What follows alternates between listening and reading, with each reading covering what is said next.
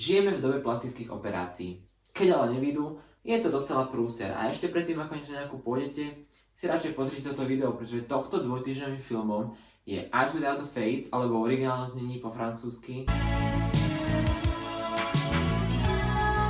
z roku 1960. Nebudem už ale zdržovať a poďme na to. Keď som začal písať scenár večer na tento film, tak z tejto úvodnej scény som sa fakt zlakol, fakt ma že myklo.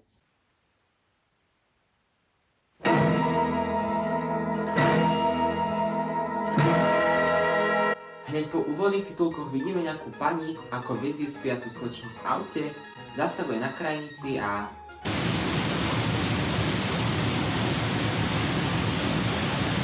Toto by mali robiť taxikári, keď niekto zaspí v aute. Hen ale, aký má táto diva kabát, ten je drahší ako to auto a telo tej slečny dokopy. Presúvame sa na konferenciu doktora, ktorý tam niečo japuje. Ja po francúzsky neviem, čiže neviem, čo rozpráva. Ľudia sú tým očividne ale ohúrení. Tento pán mu ale povie, že mu volali z Márnice a tak ideme tam. V kancelárii sa dozvedáme, že náš doktor, alebo teda profesor, sa volá Hensier, takže ho budeme volať Henso. Taktiež vyplýva na povrch, že jeho dcéra zmizla z kliniky a mala nejakú ranu na tvári, otvorenú. Henso teda príde do Márnice, nejaký pán mu povie, že vylovili telo slečny zo Seiny, z tej rieky, ktorá opisom sedí na opis jeho stratenej céry. On to okúká, potvrdí, že je to jeho dcéra Christian, naša Kika, a tak druhému pánovi, ktorý mal prísť tiež na obhliadku, povedia, že už nemusí chodiť, lebo telo je identifikované. Ja som nevedel, že Márnica ako Louvre.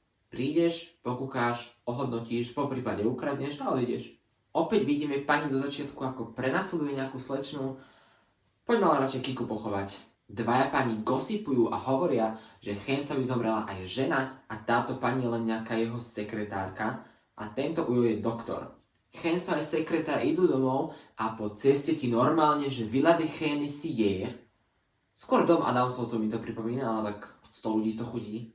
Ja by som chodila po kanáloch. No tak choď. Henso vystúpi, otvorí si garáž, kde šteka prekvapilo veľa psov, tých si zapamätajte, vyjde niekam úplne hore na poschodie, kde vstúpi do izby nejakej spiacej devy. Na stolíku ale leží nejaký papier. Pohrebný papier. Áno, čiže Kika žije a ja sa pýtam, na čo sme fingovali jej smrť? Dozviete sa. Henso teda povie, že povedal, že hento je Kika, aby mali pokoj a už nikto nehľadal.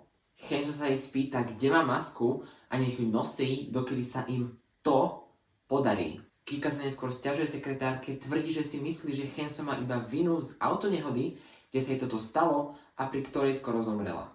Ideme späť do mesta, kde naša vábička vyčudí svoju korisť a ako švadlená, podobne ako Annie Moore z minulého videa, prepáčte, z tej konexie neodpustím, si ju namotá. Je vois que vous êtes seule, mademoiselle. Si vous voulez profiter de ce billet, une amie devait venir avec moi, mais elle n'est pas là. Neskôr vidíme na kávičke, sekret jej povie, že pre ňu našla izbu, kde by mohla zostať a že ju tam zavezie. Po ceste poctivo zastaví na červenú, aspoň niekto zastaví na červenú, keď ten osobák nie. Uhádli ste, izba je u Adamsovcov. No len čo si sadne,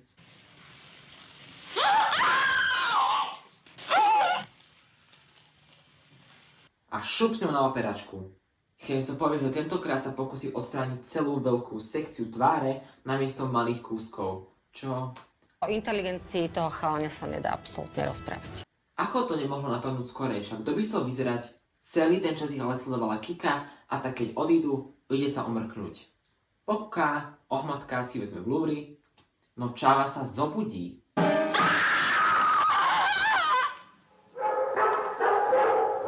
Som jediný, komu Kika pripomína tento mím.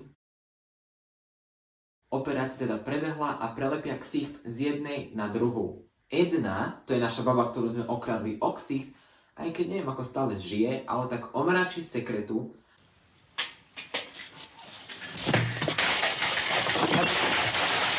A uteká. Neskôr sa ale sekret zdvihne a povie: Edna, elle s'est échappée. Par là. Ako to môžeš vedieť, keď si bola doteraz omráčená? Edna ale uteká hore namiesto dole A tak vieme, aký to bude mať outcome.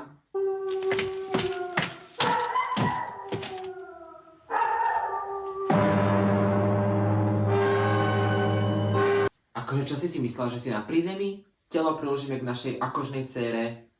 DIY mesový hrob som ešte nevidel. Edina kamarátka ale ohlási jej zmiznutie na polícii a spomenie aj ženu, ktorá nosí perlový choker na krku. Asi viem, odkiaľ ho kúpila. Poďme ale Kiku omrknúť. To som nečakal. Máme ale ešte 30 minút do konca, čiže neviem. Chenco si ju okúká a potom povie sekrete. C'est raté. Dá nám ale ešte aj dôkazy, že keby neveríme. Chenco si obzerá psa na lôžku a to je dôvod, prečo ich má veľa, totižto on si pravdepodobne trénuje na nich tú transplantáciu tej kože a od Kiki sa dozvedáme, že im dáva nejakú inekciu, keď sa tá operácia nepodarí. Sme ale opäť na polícii, kde je táto žena, ktorú čaká súd, lebo je za niečo odsúdená. Policajt ale povie, že toto všetko môžu obísť, ak im urobí láskavosť. Prvá nafarbí sa na blond a druhá pôjde na kliniku a bude predstierať, že trpí migrénami. Na klinike ju vyšetria, doktor sa ale veľmi čudne na ňu pozerá, musím povedať. Tak poďme húcky. Večer ju pustia, lebo jej nič není, kto sa ale neobjaví pred bránou, keď bude vychádzať. Naša chokerka škrtička Miss Drahý kabát 1960. Po let, ako sa volá tá baba, alebo teda Paula, už je rovno na operačnom sále a Chenco si na ňu maluje. Vyrušia ho ale cajti, ktorí sa na ňu pýtajú, nič sa ale také nedozvedia, iba to, že z tej nemocnice odišla. Poďme ale do finále. Paula sa preberá, vyzerá ako z iného filmu.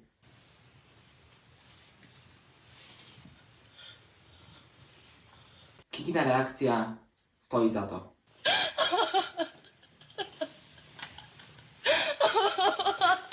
Oslobodí ju pomocou skalpelu a keď príde škrtička dnu,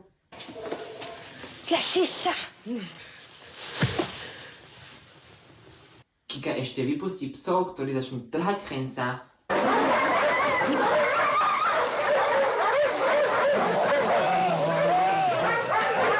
Vypustí ešte aj holubice.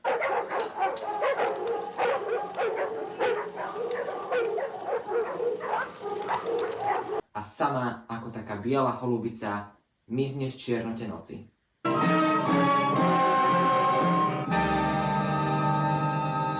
Tak, to bol Us Without a Face z roku 1960.